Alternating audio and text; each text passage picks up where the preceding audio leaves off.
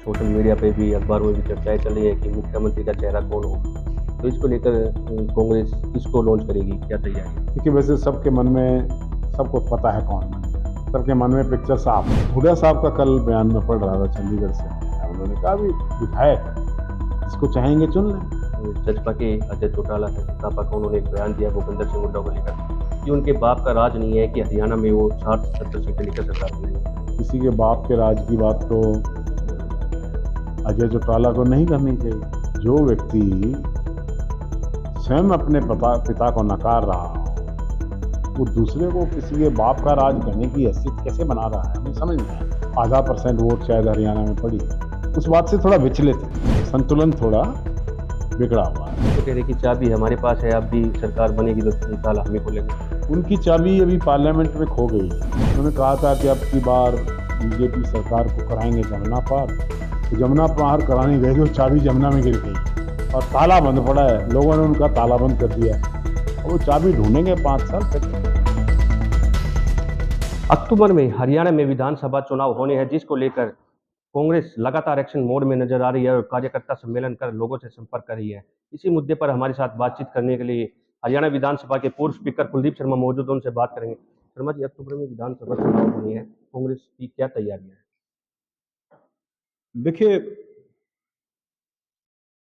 जब से लोकसभा चुनाव हुए हैं, धन्यवाद समारोह के माध्यम से, कार्यकर्ता सम्मेलनों के माध्यम से, जनसंपर्क के माध्यम से सभी जिला स्तरों पर सम्मेलन आयोजित किए हैं। पार्टी का जो कैलेंडर बना है उसमें हमने फैसला किया है कि ये सम्मेलन हम प्रत्येक विधानसभा क्षेत्र के अंदर इस 1 महीने के अंदर करेंगे। एक दिन में 2-3 हो जाएंगे। हमारे सभी कार्यकर्ताओं को बूथ लेवल एजेंट्स के लिए प्रिपरेशन बनाने के लिए निर्देश दिए जा चुके हैं और भारतीय जनता पार्टी तो सो रही है। कांग्रेस का कार्यकर्ता पार्लियामेंट की जीत से उत्साहित होकर, जीत का मतलब एक तो 5 सीटें जीते, दूसरे परसेंटेज ऑफ वोट्स जो हैं हमारी बीजेपी से बहुत ज़्यादा है, तीसरे जो नंबर ऑफ विधानसभा सीट्स हैं जिनमें जीती है कांग्रेस वो ज़्यादा है। उन सबको जोड़कर आज कांग्रेस का कार्यकर्ता इस बात के लिए उत्साहित और आशावान है कि अगली सरकार हमारी बनी है तो कांग्रेस का कार्यकर्ता जागृत होकर खड़ा हो गया। उसके साथ ही बिना किसी संगठन के हमारी जो ये परफॉर्मेंस रही पार्लियामेंट कि देश में सबसे ज्यादा परसेंटेज ऑफ वोट्स कांग्रेस को हरियाणा में मिला है, उसके आधार पर मैं कह सकता हूं कि कांग्रेस के कार्यकर्ताओं के अलावा हरियाणा की जनता, बिना किसी संगठन के हरियाणा की जनता का एक संगठन बना, लोगों का संगठन बना हुआ, जो भारतीय जनता पार्टी को परास्त करने के लिए आज अपना मन बना चुका शर्मा जी, लगातार सोशल मीडिया पे भी, अखबारों में भी चर्चाएं चल रही है कि मुख्यमंत्री का चेहरा कौन होगा? तो इसको लेकर कांग्रेस किसको लॉन्च करेगी? क्या तैयारी है? है। देखिए, दिल्ली में मीटिंग हुई थी। देखिए, वैसे सबके मन में सबको पता है कौन बनेगा। सबके मन में पिक्चर साफ है। दिल्ली की मीटिंग हुई। मीटिंग के बाद बाबरिया जी का बयान आया कि हम किसी चेहरे को लेकर प्रोजेक्शन को नहीं बना। हुड्डा साहब का कल बयान में पढ़ रहा था, चंडीगढ़ से आया है। उन्होंने कहा अभी विधायक जिसको चाहेंगे चुन लें। तो एक साफ संकेत है। बहुत बड़ी संख्या में हो सकता है 70 तक पहुंच जाए। और वो भारतीय जनता पार्टी वाला तो नारा नहीं लगाऊंगा मैं 75 पार का, लेकिन जिस प्रकार का जन आक्रोश समाज के हर एक वर्ग में है, खासतौर पर युवा में जो निराशा है, किसान जो जिसके हौसले पस्त कर दिए लाठियां मार मार के, पहलवानों को, महिलाओं को और सबसे बड़ा व्यापारियों को असुरक्षा, किसी के एस्टेब्लिशमेंट पर गोली चल रही है, कहीं फिरौतियां मांगी जा रहे हैं, बैंक लूटे जा रहे हैं। कुंडली में भी तो लूटा है। करनाल में एक असिस्टेंट सब इंस्पेक्टर के सिर में गोली मार दी। कानून का किसी को भय ही नहीं रख रहा, और इस भय के माहौल से व्यापारी वर्ग निकलना चाहता है। दूसरा एक्सटॉर्शन, एक तो एक्सटॉर्शन बदमाश लोग करेंगे, दूसरा एक्सटॉर्शन चल रहा है भारतीय जनता पार्टी का। लूट मचा रखी है, सारे दफ्तरों में भ्रष्टाचार का आलम है, बिना पैसे दिए कोई काम नहीं हो रहा। इस बात से लोग बहुत परेशान हैं। यही नहीं लगता है किसी की चलती है कि नहीं चलती है। आपने खुद सुना होगा कि यहाँ के विधायक ये कह रहे हैं मेरी चलती नहीं। अरे तुम किस लिए विधायक हो, तुम्हारी चलती नहीं? या तो तुम्हारी चलती नहीं, या तुम्हें चलानी नहीं आती, या तुम्हारे अंदर चलाने की या लोगों की सेवा की भावना नहीं। 5 साल पहले गन्नौर की जनता ने भारतीय जनता पार्टी के पक्ष में फैसला दिया। एक नई आशाओं के साथ एक नए विधायक बने, जिनको सर्वश्रेष्ठ विधायक का अवार्ड भी मिला है। लेकिन लोगों से पूछिए वो कौन सा अवार्ड इनको देना चाहते हैं। लोगों की नजरों में आज तक की सबसे कमजोर, जिन्होंने कुछ नहीं किया। अब देखिए, गन्नौर जीटी रोड से आएंगे, कितनी सुंदर सड़क थी, इसका क्या हाल हो गया? जगह जगह पानी भरा, सीवेज के नाले ओवरफ्लो किए हुए, सफाई व्यवस्था का बुरा हाल है। यहां पर बिजली की व्यवस्था आप देखेंगे, लगातार बिजली में बहुत बड़ा गिरावट आ रही है। विकास के नाम पर एक भी गली नहीं बनी, एक पैसा नहीं लगा शहर में। तो लोग सब देख रहे हैं, पब्लिक है, सब जानती है, उनको सब पता है। सुमित जी, जैसे आपने कहा कि लोग दुखी हैं, काम नहीं हो रहे, पैसों से काम हो रहे हैं, लेकिन मुख्यमंत्री जी खुद कह रहे हैं कि जो उनके कार्यकर्ता है उनकी अनदेखी अधिकारी करते हैं, तो कोई अधिकारियों की खैर नहीं है। देखिए, सबसे पहले अपने कार्यकर्ताओं की अनदेखी भारतीय जनता पार्टी और उसकी सरकार ने की। पहले खट्टर साहब चीफ मिनिस्टर थे, वो तो कार्यकर्ताओं से उनको बड़ी नफरत थी, बड़ी एलर्जी थी। किसी ने अगर फोन आगे कर दिया तो फोन तोड़ दिया उसका, किसी ने फरसा ले आया तो उसकी गर्दन काटने की बात कर दी, किसी ने फूल दे दिया तो उसके मुंह पे थप्पड़ मारा है। धक्के मारते हैं उनके सिपाही। 100 आदमी तो चीफ मिनिस्टर की सुरक्षा करते हैं, कमांडो। तो ऐसा चीफ मिनिस्टर का पब्लिक कनेक्ट तो खत्म हो गया। 10 साल तो किया नहीं, अब सरकार जा रही है, अब 56 इंच का सीना बनाकर नारायण सैनी कह रहे हैं हमारे कार्यकर्ताओं को अपमान कर देगा तो मैं देखूंगा कितनों को देख लेगा। अरे यहाँ तो विधायक रोते फिर रहे हैं, हमारी नहीं चलती, कार्यकर्ताओं की तो बात ही छोड़िए। शर्मा जी, कल जजपा के अजय चौटाला है, सत्तापा का, उन्होंने एक बयान दिया भूपेंद्र सिंह हुड्डा को लेकर कि उनके बाप का राज नहीं है कि हरियाणा में वो 60-70 सीटें लेकर सरकार बनाएंगे। देखिए, किसी के बाप के राज की बात तो अजय चौटाला को नहीं करनी चाहिए। वो तो पीएचडी हैं, डॉक्टर हैं। ये शायद ना पता उनको किस चीज़ के डॉक्टर हैं हम, लेकिन पीएचडी हैं। उनको ये, उनके पिता हैं श्री ओम प्रकाश चौटाला, उनको मानते हैं क्या वो? जो व्यक्ति स्वयं अपने पिता को नकार रहा हो, वो दूसरे को किसी के बाप का राज कहने की हैसियत कैसे बना रहा है, मुझे समझ नहीं आया। वो तो ओम प्रकाश चौटाला को बाप नहीं मान रहे हैं, सीधा अपने दादा को मानते हैं, चौधरी देवीलाल जी को। ओम प्रकाश चौटाला की तो उन्होंने उनके परिवार को ही तोड़ के रख दिया।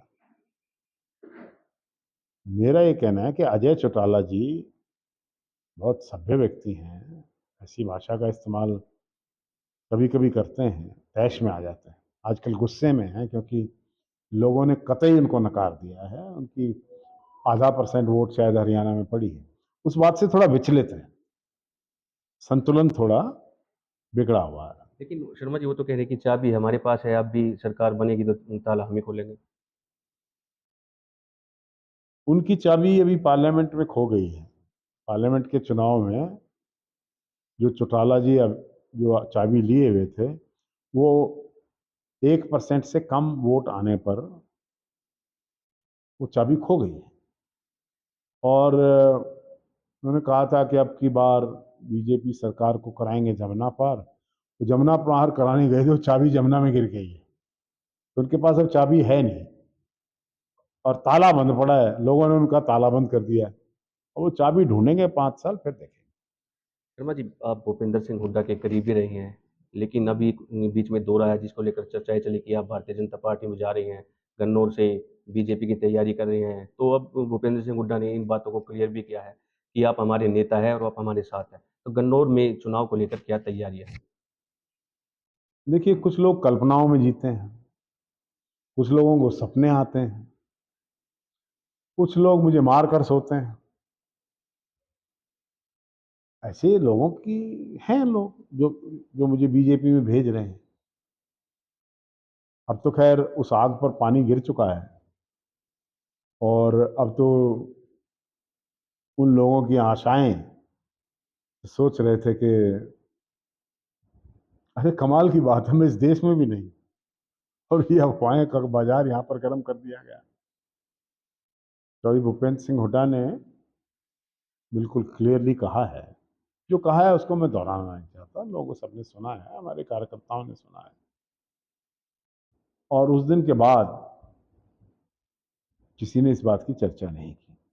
देखिए, मैं भारतीय जनता पार्टी को एक ऐसी ऑर्गेनाइजेशन मानता हूं जो भारतीय लोकतंत्र के लिए ठीक नहीं। अगर इनकी मेजोरिटी आ जाती, ये 240 पर रुक गए। अब ये नायडू साहब के और नीतीश कुमार के कदमों में पड़े हैं। तोते में जान आ गई है।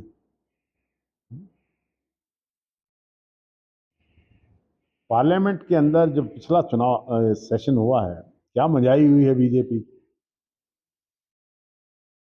राहुल गांधी जब शिवजी का अवतार फोटो लेके निकले सदन में, क्यों हिम्मत नहीं हुई बीजेपी के किसी नेता की।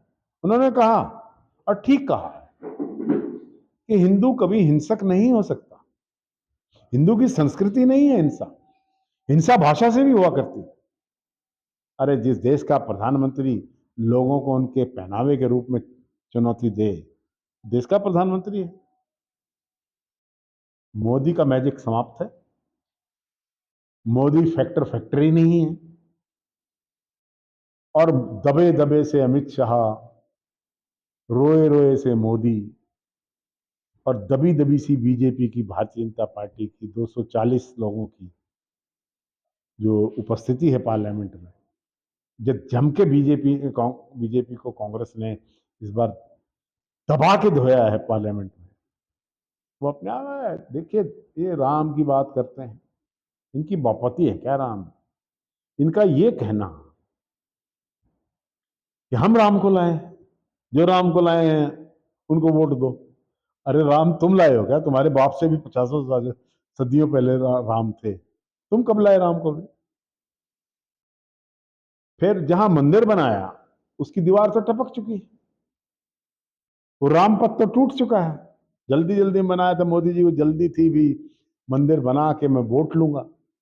लेकिन अयोध्या के लोगों ने मोदी जी को आईना दिखा दिया। पहले मोदी जी को कहा जा रहा था कि आप अयोध्या से चुनाव लड़िए, लेकिन वहां से बगली है रिपोर्ट आने पर। और बनारस से भी 3 राउंड में पीछे रहने के बाद मोदी जी का भाग्य बदला। अगली बार हार जाएंगे बनारस से, या सीट बदल लेंगे, बड़ौदा चले जाएंगे। राहुल गांधी ने कह दिया है कि इस बार तुम्हें गुजरात में हराएंगे। राजीव गांधी एक संकल्प के व्यक्ति हैं, अडिग हैं, झुके नहीं हैं। सीबीईडी पीडी जो जितने डर बीजेपी लगा रही है, लेकिन जो देश के अंदर सबसे बड़ा खतरा था वो टल गया। बीजेपी का बहुमत ना आने से वो टल गया। खतरा था देश के संविधान को, जिसको बाबा भीमराव अंबेडकर ने बनाया था, जिसको ये लोग बदलना चाहते थे। उस संविधान पर जो ये चोट करना चाहते थे, उस पर लोगों ने चोट की और भारतीय जनता पार्टी को संविधान के ऊपर आक्रमण करने का सबक सिखाया। दूसरा, अगर इनकी मेजोरिटी आ जाती तो ये आरक्षण खत्म करते हैं। अब तो ये उल्टा नाटक करेंगे, नौटंकी के बादशाह हैं। इनको तो सीरियल में काम करना चाहिए। देश का प्रधानमंत्री लोगों में रो भी सकता है, हंस भी सकता है। ये फकीर बन के केदारनाथ की कंदरा में रह सकता है, विवेकानंद की समाधि पर जाकर कहीं स्नान कर रहे हैं, कभी कुछ कर रहे हैं। इनको तो फिल्म बनानी चाहिए। देश के प्रधानमंत्री लोगों के ऊपर, राजनीतिक व्यक्तियों के ऊपर ईडी और सीबीआई का आतंक फैलाकर ये राज चलाना चाहते। लोगों ने उसको जवाब दिया, देश के लोकतंत्र को मजबूत किया। 240 गठबंधन, इंडिया गठबंधन के सदस्यों को लाकर भारतीय जनता पार्टी की कमर पर एक ऐसा बोझ खड़ा कर दिया है कि आज उनकी हिम्मत नहीं है। हेमंत सोरेन जेल से बाहर आ गए, जिनको झूठे केस में फंसा के रखा था। केजरीवाल को इसलिए बंद कर रखा है कि केजरीवाल भी इनकी कमर पर तोड़ बैठा देंगे। तो जो भी लोग इनके खिलाफ बोल रहा, अब करें ना सीबीआई या ईडी, अब विपक्ष मजबूती से देखेगा। मैंने देख रहा था ओम बिरला जी को। ओम बिरला जी विश्व के सबसे बड़े जनतंत्र की लोकसभा के अध्यक्ष हैं, इज द प्रेजाइडिंग ऑफिसर। मैं स्वयं विधानसभा का अध्यक्ष रहा हूं। अरे इतने बड़े पद की को गरिमा भी होती है कि नहीं होती? आप लोगों को वहां सिखा रहे हैं कि गरिमा रखिए, गरिमा रखिए। आप रखते हैं क्या? आप तो जो रूलिंग पार्टी है, मोदी साहब और अमित शाह की तरफ देख के ही अपना अगला कदम उठाते हैं। मजबूत विपक्ष से अगर मोदी जी परेशान है, शाह जी परेशान है, या सारी बीजेपी परेशान है, उन सबसे ज्यादा परेशान ओम बिरला हैं। अरे इस पद की गरिमा और परंपराएं थी, उनको तुमने तहस नहस करके रखा। 150 एमपी निकाल दिए थे पिछली बार। तो ये Om Birla is not fit for speakership of this country. ठीक है, उनकी संख्या बल के आधार पर उनको बना दिया गया है। It is a very different, he doesn't know. उनका कोई लोकतंत्र और लोकतंत्र की परंपराएं, पार्लियामेंट्री डेमोक्रेसी पर कोई उनका अच्छा ही पकड़ नहीं है। He is an incompetent speaker. तो ये थे हमारे साथ हरियाणा विधानसभा के पूर्व स्पीकर, जिनका कहना है कि आगामी विधानसभाओं में हरियाणा में पूर्ण बहुमत से कांग्रेस की सरकार बनेगी और कांग्रेस के विधायक ही मुख्यमंत्री का चेहरा चुनेंगे। गन्नौर से पंजाब केसरी टीवी के लिए कपिल शर्मा। हमसे जुड़े रहने के लिए हमारे YouTube चैनल को सब्सक्राइब करें और नई वीडियो की नोटिफिकेशन के लिए बेल आइकॉन को दबाएं। अगर आप ये वीडियो Facebook पर देख रहे हैं तो लाइक जरूर करें और ज्यादा से ज्यादा शेयर करें। धन्यवाद।